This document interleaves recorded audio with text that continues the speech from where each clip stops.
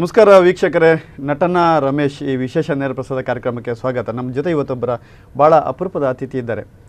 ಬಹುಶಃ ಮಂಡ್ಯ ರಮೇಶ್ ಕರ್ನಾಟಕದ ರಂಗಭೂಮಿಯ ಒಂದು ಹಿನ್ನೆಲೆಯಲ್ಲಿ ನೋಡೋದಿದ್ರೆ ಅದು ಭಾಳ ಚಿರಪರಿಚಿತ ಹೆಸರು. ಕೇವಲ ಅವರು ರಂಗಭೂಮಿಯ ಒಬ್ಬ ರಂಗ ನಟನಾಗಿ ಅಥವಾ ರಂಗ ನಿರ್ದೇಶಕನಾಗಿ, ಜೊತೆಗೆ ಚಲನಚಿತ್ರಗಳು ಕೂಡ ನಟಿಸಿದವರು, ಒಬ್ಬ ಹಾಸ್ಯ ನಟರಾಗಿ ಅಷ್ಟಕ್ಕೆ ಅವರು ಸೀಮಿತ ಆಗಲಿಲ್ಲ. ಒಬ್ಬ ರಂಗಕರ್ಮಿ, ಪರಿಪೂರ್ಣವಾಗಿ ಏನೇನು ಮಾಡ್ಬೋದು ಎಲ್ಲ ಚಟುವಟಿಕೆಗಳನ್ನು ಕರ್ನಾಟಕದಾದ್ಯಂತ ಮಾಡ್ತಾ ಆ ಮೂಲಕ ಒಬ್ಬ ರಂಗಕರ್ಮಿಯಾಗಿ ಭಾಳ ಎತ್ತರಕ್ಕೆ ಬೆಳೆದವರು ಮಂಡ್ಯ ರಮೇಶ್. ಮಂಡ್ಯ ರಮೇಶ್ ಬಗ್ಗೆ ಬಹುತೇಕ ನಮ್ಮ ಈ ಕಡೆಯ ಕೆಲವು ರಂಗಕರ್ಮಿಗಳಿಗೆ ಇಲ್ಲಿನ ರಂಗ ಚಟುವಟಿಕೆಯಲ್ಲಿ ಗುರುತಿಸಿಕೊಂಡವ್ರ ಜೊತೆ ಅವರ ನಿಕಟ ಸಂಪರ್ಕವನ್ನು ಇಟ್ಕೊಂಡವರು. ಆದ್ದರಿಂದ ರಂಗಭೂಮಿಯಲ್ಲಿ ಯಾರೆಲ್ಲ ಕೆಲಸ ಮಾಡ್ತಿದ್ದಾರೆ ಅವರಿಗೆಲ್ಲರಿಗೂ ಕೂಡ ಮಂಡ್ಯ ರಮೇಶ್ ಬಗ್ಗೆ ಗೊತ್ತು. ಮಂಡ್ಯ ರಮೇಶ್ ಬಹುತೇಕ ಮಂದಿಗೆ ಅವರು ರಂಗಾಯಣದ ಮೂಲಕ ಬಂದವರು, ಅದು ಗೊತ್ತಿರುವಂಥದ್ದೇ. BV ಕಾರಂತರ ಗರಡಿಯಲ್ಲಿ ಪಳಗಿದವರು ಮಂಡ್ಯ ರಮೇಶ್.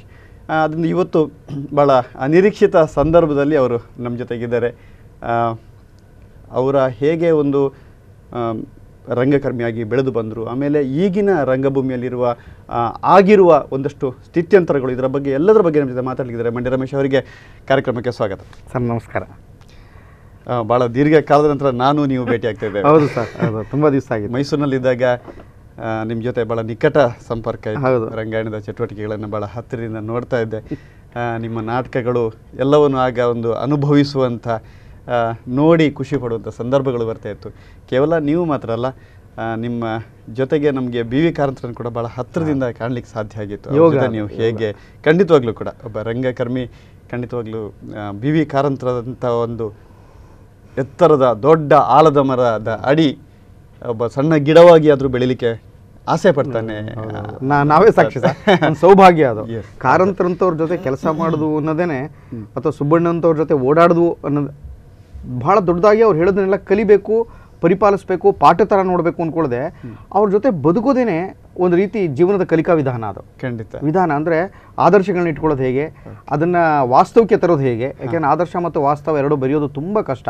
ಆ ಎಲ್ಲ ಕಲ್ಪನೆಗಳನ್ನು ವಾಸ್ತವ ರೂಪದಲ್ಲಿ ಜಾರಿಗೊಳಿಸ್ಕೊಳ್ಳೋದು, ವಿಶೇಷವಾಗಿ ಕಲೆಯಂತಹ ಒಂದು ಅತ್ಯಂತ ವಿಚಿತ್ರವಾದಂತಹ, ಒಂದು ವಿಕ್ಷಿಪ್ತವಾದಂಥ, ಒಂದು ಅಗೋಚರವಾದದ್ದನ್ನು ಅಲ್ಲಿ ನಾವು ಮೂರ್ತ ರೂಪಗೊಳಿಸ್ಬೇಕು ಅಂತ ಹೋಗ್ತಾ ಇರ್ತೀವಲ್ಲ, ಅದು ತುಂಬ ಕಷ್ಟಕರವಾದ ಕೆಲಸ. ಅದಕ್ಕೆ ನಮ್ಮ ಮುಂದೆ ದೊಡ್ಡದೊಂದು ಆದರ್ಶವಾದಂಥ ಮೂರ್ತ ರೂಪಗಳಿದೆ. ಅದೊಂದು KV ಸುಬ್ಬಣ್ಣ. ಎಸ್, ಖಂಡಿತವಾಗ್ಲಿ. ಈಗ ನೀವೆಲ್ಲ ರಂಗಭೂಮಿಗೆ ಬರೋ ಹೊತ್ತಿಗೆ ನಮ್ಮಲ್ಲಿ ಸಾಮಾನ್ಯವಾಗಿ ಕಂಪನಿ ನಾಟಕಗಳನ್ನು ನಾವು ನೋಡ್ತಾ ಇದ್ವಿ. ಪೌರಾಣಿಕ ನಾಟಕಗಳನ್ನು ಗುಬ್ಬಿ ಕಂಪನಿ ಅಂತ, ನಿಮ್ಮ ಕಡೆ ಆದರೆ ಗುಬ್ಬಿ ಕಂಪನಿಯ ನಾಟಕಗಳು ಭಾಳ ಫೇಮಸ್ ಆಗ್ತದೆ. ನಮ್ಮಲ್ಲಿ ಕೇವಲ ವಾರ್ಷಿಕೋತ್ಸವ ಸಂದರ್ಭದಲ್ಲಿ ಮಾತ್ರ ಪೌರಾಣಿಕ ನಾಟಕಗಳು.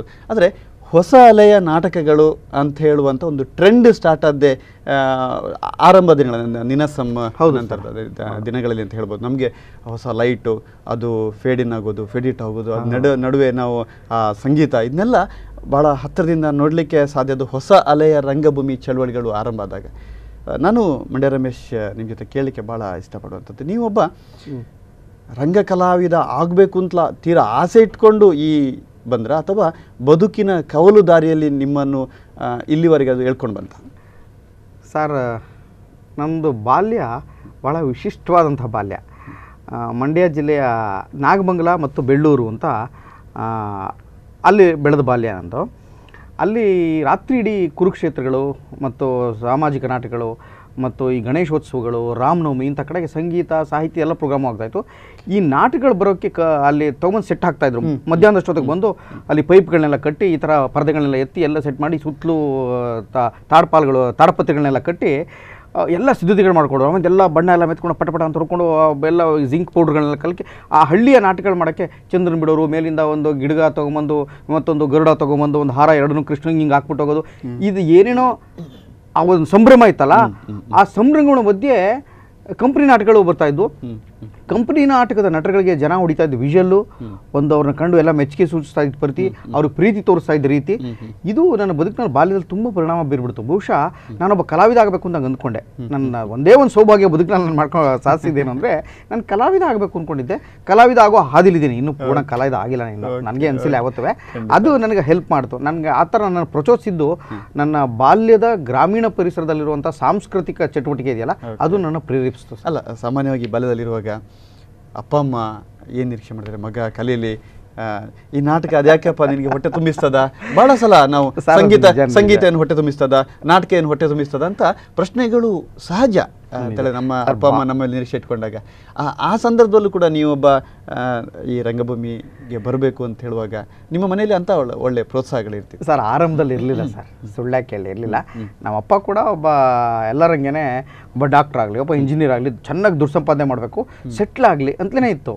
ಕಲಾವಿದ ಸರ್, ಈ ದೇಶದೊಂದು ದುರಂತ ಇದೆ. ವಿವೇಕಾನಂದನ ಪೂಜೆ ಮಾಡ್ತೀವಿ, ರಾಮಕೃಷ್ಣ ಪರಮಹಂಸನ ಆರಾಧಿಸ್ತೀವಿ, ವಿವೇಕಾನಂದ ರಾಮಕೃಷ್ಣ ಪರಮಹಂಸ ಎಲ್ಲ ಹುಟ್ಟಬೇಕಪ್ಪ ಈ ದೇಶಕ್ಕೆ ಅಂತೀವಿ. ಅದ್ರ ಪಕ್ಕದ ಮಲ್ಲಿ ಹುಟ್ಲಿ, ನಮ್ಮಲ್ಲಿ ಬೇಡ ಅಂತೀವಿ.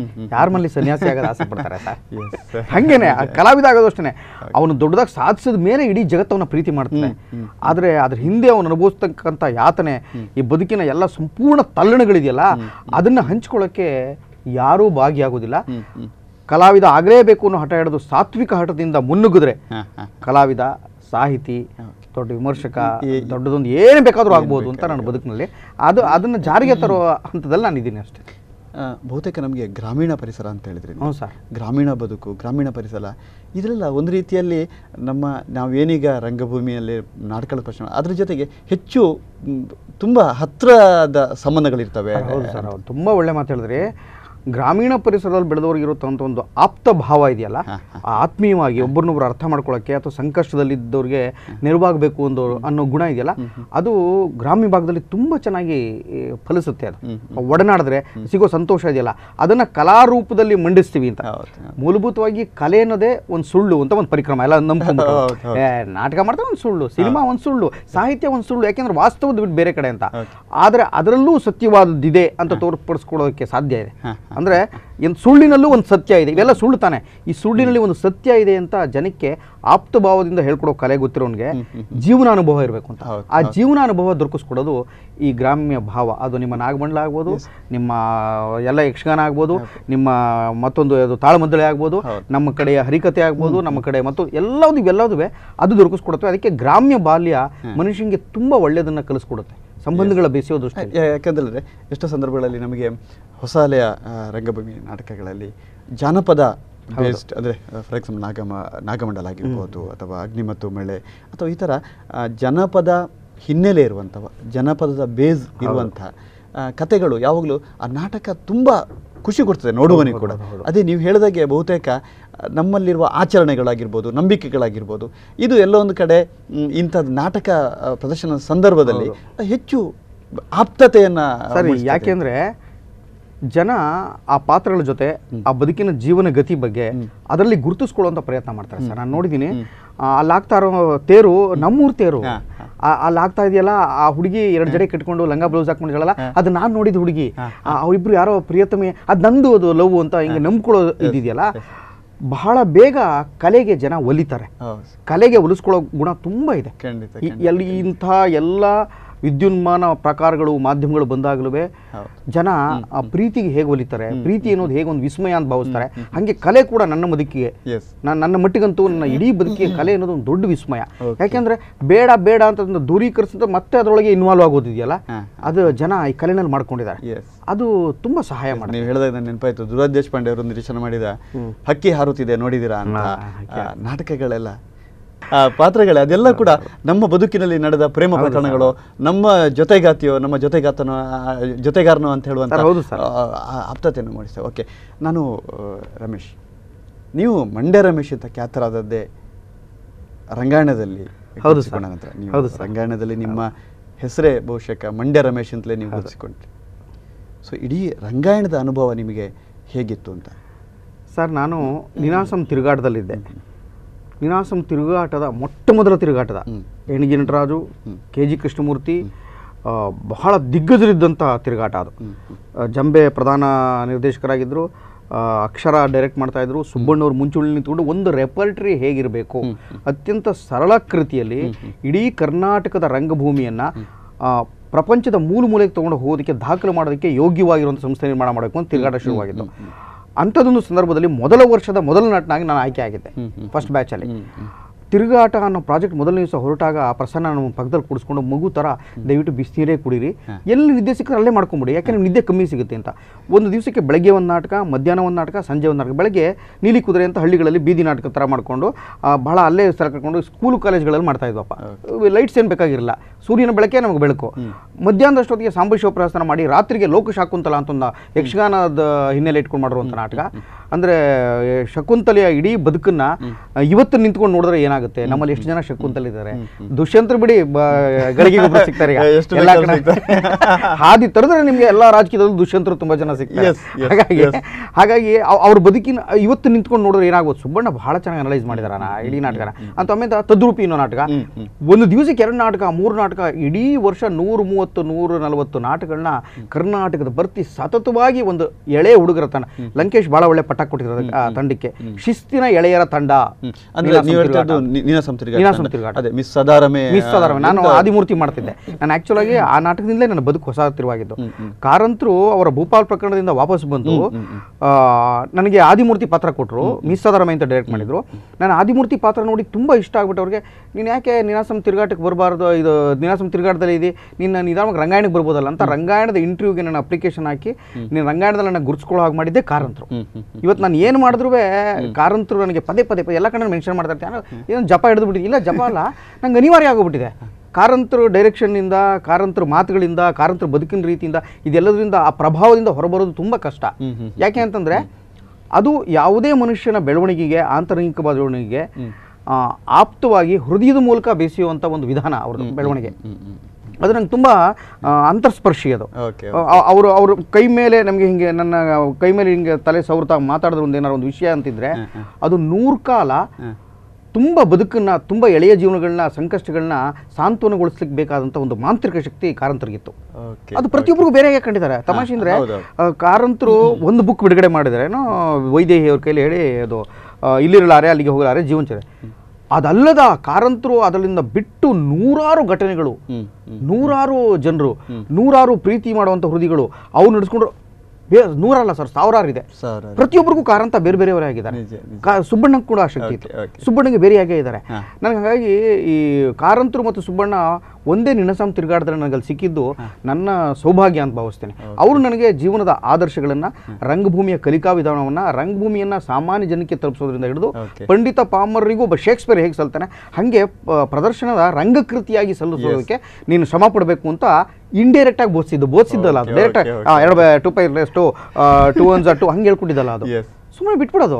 ನಮ್ಮ ನಾಟಕ ಹೇಳ್ಕೊಂಡು ನಾಟಕ ಅಭ್ಯಾಸ ಮಾಡ್ತಾ ಒಂದೂರಲ್ಲಿ ಕಸ ಗುಡಿಸ್ತಾ ಇದ್ವು, ನಾವೇ ಪರದೆ ಕಟ್ತಾ ಇದ್ವು, ನಾವು ಲೈಟ್ ಕಟ್ತಾ ಇದ್ವು, ನಾವೇ ಮೇಕಪ್ ಹಾಕೋತಾ ಇದ್ವು, ನಾವೇ ಪೂರ್ಣವಾಗಿ ಒಂದು ನಾಟಕವನ್ನು ಕಟ್ಟಿಕೊಡೋದಕ್ಕೆ ಬೇಕಾದಂಥ ಎಲ್ಲ ಸಿದ್ಧತೆಯನ್ನು ಮಾಡ್ಕೊಳ್ಳೋದಿದೆಯಲ್ಲ, ಅದನ್ನು ನಿನಾಸಂ ತಿರುಗಾಟ ತುಂಬ ಚೆನ್ನಾಗಿ ಕಲಿಸ್ಕೊಡ್ತು. ಇವತ್ತು ಮಂಡ್ಯ ರಮೇಶ್ ನಾಟಕಗಳೇನಾದ್ರು ಚೆನ್ನಾಗಾಗ್ತವೆ, ಕರ್ನಾಟಕದ ಎಲ್ಲ ಪ್ರೇಕ್ಷಕವರ್ಗರು ಮುಗಿಬಿದ್ದ ನಾಟಕಗಳಿಗೆ ನೋಡ್ತಾರೆ ಅಂದರೆ ಅದಕ್ಕೆ ನಿನಾಸಂ ತಿರುಗಾಟದಲ್ಲಿ ನಾನು ಹಳ್ಳಿ ಚೆನ್ನಾಗಿ ಸುತ್ತಾಡಿ ಅಲ್ಲಿ ಕಲಿತಂಥ ಅನುಭವವನ್ನು ಇಲ್ಲಿ ತೋರ್ಪಡಿಸ್ಕೊಡೋದಕ್ಕೆ ಸಾಧ್ಯ ಆಗಿದೆ ಸರ್. ಓಕೆ, ನಡುವೆ ಒಂದು ಕರೆ ಇದೆ. ಹಲೋ ಹಲೋ, ಯಾರು ಮಾತಾಡ್ತಿದ್ದೀರಿ? ಸರ್, ನಾನು ಮಹೇಶ್ ಅಂತ ಚಿಕ್ಕಮಂಗ್ಳೂರಿಂದ. ಮಹೇಶ್ ಚಿಕ್ಕಮಂಗ್ಳೂರಿಂದ, ಹೇಳಿ. ಮಂಡ್ಯ ರಮೇಶ್ ನಮ್ಮ ಜೊತೆಗಿದ್ದಾರೆ. ಸರ್, ಅವ್ರನ್ನ ನೋಡೇ ಕಾಲ್ ಮಾಡಿದೆ ಸರ್ ನಾನು. ಹೇಳಿ. ಖಂಡಿತ ಮಾತಾಡಿ, ಅವ್ರಿಗೆ ಕೇಳಿಸ್ತದೆ. ಮಾತಾಡಿ ಮಹೇಶ್ ಅವರೇ. ಸರ್ ನಮಸ್ಕಾರ. ನಮಸ್ಕಾರ ಮಹೇಶ್, ಹೇಳಿ, ಮಾತಾಡಿ. ಸರ್, ನಾನು ನಿಮ್ಮ ಮಠ ಫಿಲಮಿನ ಅಭಿಮಾನಿ ಸರ್. ನಾನಿನ್ನೂ ಮಠ ಸೇರಿಲ್ಲಪ್ಪ. ನಾನು ಮಠ ಪಿಕ್ಚರ್ ಮಾಡಿದ್ದೀನಿ ಅಷ್ಟೇ, ನಾನು ಇನ್ನೂ ಮಠ ಸೇರಿಲ್ಲ. ನೀವು ಇದೀರಾ, ತುಂಬಾ ಸಂತೋಷ ಆಗುತ್ತೆ ಸರ್. ನೀನು ನಗಸ್ತಾ ಇರಬೇಕು. ನನಗೆ ನೀವು ಚಿಕ್ಕಮಂಗ್ಳೂರಿಂದ ಮಾಡ್ತೀರಿ ಅಂತ ನನಗೆ ಗೊತ್ತಿಲ್ಲ. ನಾನು ಉಡುಪಿಗೆ ಮಾತ್ರ ಸೀಮಿತವಾಗಿದೆ ಅನ್ಕೊಂಡೆ, ಇದು ಇಷ್ಟು ವಿಶಾಲವಾಗಿದೆ ನನಗೆ ಗೊತ್ತಿಲ್ಲ. ನನಗೆ ಸಂತೋಷ ಆಗ್ತಾ ಇದೆ. ಹೌದಾ? Okay okay okay okay, thank you ನೀವು ಕರೆ ಮಾಡಿದ್ದಕ್ಕೆ. ಸರಿ ಸರಿ, ತುಂಬಾ ಸಂತೋಷ ಆಯ್ತು. Thank you Mahesh. ನಮ್ದು ಸುಮಾರು ಜಾವಗಲರಿಗೆ ಕೂಡ ಸಂಪರ್ಕ ಇದೆ. ಚಿಕ್ಕಮಗಳೂರು ಜಾವಗಲ, ಈ ಕಡೆ ಬೇಲೂರು ಹಳೆಬೀಡಿಂದ ಕೂಡ ನಮ್ಮ ವೀಕ್ಷಕರು ಇರ್ತಾರೆ. ಇದು ಕೇವಲ ಉಡುಪಿ ಅಥವಾ ಮಂಗಳೂರಿಗೆ ಮಾತ್ರ ಸೀಮಿತ ಆಗಿಲ್ಲ. ಮತ್ತೆ ಕರ್ನಾಟಕದ ಮೊದಲ ಹೈ ಡೆಫಿನಿಷನ್ ಚಾನೆಲ್ ಇದು. ನಾವು ಇಲ್ಲಿ ಪ್ರಸಾರ ಆಗುವಾಗ ಎಷ್ಟು ಕ್ಲಾರಿಟಿ ಇರ್ತದೋ ಅದೇ ಕ್ಲಾರಿಟಿ ಇದರ ಡೆಡ್ ಎಂಡ್ ಎಲ್ಲಿ ನಮ್ಮ ಕನೆಕ್ಟಿವಿಟಿ ಅಲ್ಲಿವರೆಗೂ ಕೂಡ ಇರ್ತದೆ. ತುಂಬಾ ಸಂತೋಷ. ನಾವು ಇಲ್ಲಿ ಸ್ಥಳೀಯ ಚಾನೆಲ್ ಕೂಡ ಇದನ್ನ ಹೊಸ ತಾಂತ್ರಿಕತೆಯನ್ನು ಅಳಿಸ್ಕೊಂಡು ಮಾಡಿದಂಥ ಚಾನೆಲ್ ಇದು. ಅದರಿಂದ ನಮ್ಮ ಇವರು ಅಲ್ಲಿಂದ ನೀವು ರಂಗಾಯಣಕ್ಕೆ ಬಂದ್ರಿ. ಸಾಮಾನ್ಯವಾಗಿ ನಾನು ಮೈಸೂರಿನಿದ್ದಾಗ ನೋಡ್ತಿದ್ದೆ, ಬಿ ವಿ ಕಾರಂತರು ಬಹಳ ನಿಮ್ಮನ್ನೆಲ್ಲ ದಂಡಿಸೋರು. ಹೌದು ಹೌದು. ಅಂದರೆ ಅದರ ಹಿಂದೆ ನಿಮ್ಮನ್ನೆಲ್ಲ ಒಂದು ಮೌಲ್ಡ್ ಮಾಡಬೇಕು ಅಂತ ಹೇಳುವ ಇದಿತ್ತು. ಸೊ ನಿಮಗೆ ಬಿ ವಿ ಕಾರಂತರಿಂದ ತುಂಬ ನೀವು ಇನ್ಸ್ಪೈರ್ ಆಗಿರುವಂಥದ್ದು, ಆಮೇಲೆ ತುಂಬ ಕಲ್ತ್ಕೊಂಡಿರುವಂಥದ್ದು ಮಾತುಗಾರಿಕೆ ಸರ್. ಕಾರಂತರಷ್ಟು ಆಪ್ತವಾದ ಒಂದು ವೃತ್ತದಲ್ಲಿ ಕುಳಿತುಕೊಂಡು ಇಡೀ ಬದುಕಿನ ಕಲೆಯನ್ನು ತುಂಬ ಚೆನ್ನಾಗಿ ಹಾರ್ಮೋನಿಯಂ ಇಟ್ಕೊಂಡು ಲಯದ ಮೂಲಕ ಬದುಕಿನ ಎಲ್ಲ ವಿಸ್ತಾರವನ್ನು, ಆಳವನ್ನು, ಅಗಲವನ್ನು ಎಳೆಯ ತಲೆಮಾರಿನ ಹುಡುಗರಿಗೆ ಬೋಧಿಸ್ತಾ ಇದ್ದಿದ್ದ ರೀತಿ ಇದೆಯಲ್ಲ ಕಾರಂತ, ಅದು ಮತ್ತೊಬ್ಬ ಯಾವ ಗುರುನಲ್ಲೂ ನಾನು ನೋಡಲೇ ಇಲ್ಲ ಸರ್. ಸುಬ್ಬಣ್ಣ ಹೆಚ್ಚು ಮಾತಾಡ್ತಾ ಇರಲ್ಲ, ಭಾಳ ಕಮ್ಮಿ ಮಾತಾಡೋರು, ಆದರೆ ಅವ್ರು ಬದುಕು ತೋರಿಸ್ಬಿಟ್ರು. ಕಾರಂತರು ಬದುಕಿನ ಜೊತೆಗೆ ಮಾತನ್ನು ಕಮ್ಯುನಿಕೇಟ್ ಮಾಡ್ತಾ ಇದ್ದ ರೀತಿ ಇತ್ತಲ್ಲ, ಅವ್ರ ಮುಂದೆ ಕೂತ್ಕೊಂಡ್ರೆ 3 ಗಂಟೆ 4 ಗಂಟೆ ಊಟ ತಿಂಡಿ ಸರ್ 4 ಅವರ್ಸ್ ಕಂಟಿನ್ಯೂಸ್ ಮಾತಾಡೋರು ಸರ್ ಕಾರಂತರು ಅಂತವ್ರು. ಎಷ್ಟು ಚಂದ ಮಾತಾಡೋರು ಅಂತಂದರೆ, ಇವತ್ತು ನನ್ನ ಕ್ಲಾಸ್ ಮಾಡ್ಬೇಕಾದ್ರೆ ಹುಡುಗರಿಗೆ ಪಾಸ್ ಬೇಕು, ಪಾಸ್ ಇಲ್ಲದೆ ನೀನು ಆ್ಯಕ್ಟ್ ಮಾಡಬೇಡ, ತುಂಬ ದೊಡ್ಡ ಸ್ಪೀಚ್ ಇರ್ಬೋದು ಅಂದ್ರೆ ಉದ್ದುದ್ದ ಮಾತುಗಳಲ್ಲಿ ಪಾಸ್ ಕೊಡು, ಪಾಸ್ ಆಲ್ವೇಸ್ ಇಂಟೆಲೆಕ್ಚುವಲ್, ಅದು ಯಾವಾಗಲೂ ಬುದ್ಧಿಮತ್ತೆಯನ್ನು ನಿರ್ಣಯ ಮಾಡುವಂಥ ಗುಣ ಇರ್ತದೆ, ಬದುಕಿನಲ್ಲೂ ಒಂದು ಪಾಸ್ ಬರುತ್ತೆ. ಆಮೇಲೆ ರಿಯಾಕ್ಷನ್ ಮಾಡೋದು ಹೇಗೆ, ಮತ್ತು ಶುದ್ಧವಾದ ಹಾಸ್ಯ ಅಂತಂದ್ರೆ ಏನು, ಮತ್ತು ನವರಸ ಭಾವ ಯಾಕೆ ಮುಖ್ಯ, ಮತ್ತು ಕಂಪನಿ ನಾಟಕದ ನಟ ನಟಿಯರು ಯಾವತ್ತಿಗೂ ಯಾಕೆ ಶ್ರೇಷ್ಠ, ವೃತ್ತಿಪರತೆ ಅಂದ್ರೆ ಏನು ರಂಗಭೂಮಿನಲ್ಲಿ, ಇವೆಲ್ಲ ಕಾರಂತರು ಗಂಟೆಗಟ್ಟಲೆ. ಆಮೇಲೆ ಕಾರಂತರಷ್ಟು ಚೆನ್ನಾಗಿ ಕ್ಲಾಸನ್ನು ನಿರ್ಧಾರ ಮಾಡೋರು ಇನ್ನೊಬ್ರು ಇಲ್ಲ ಸರ್.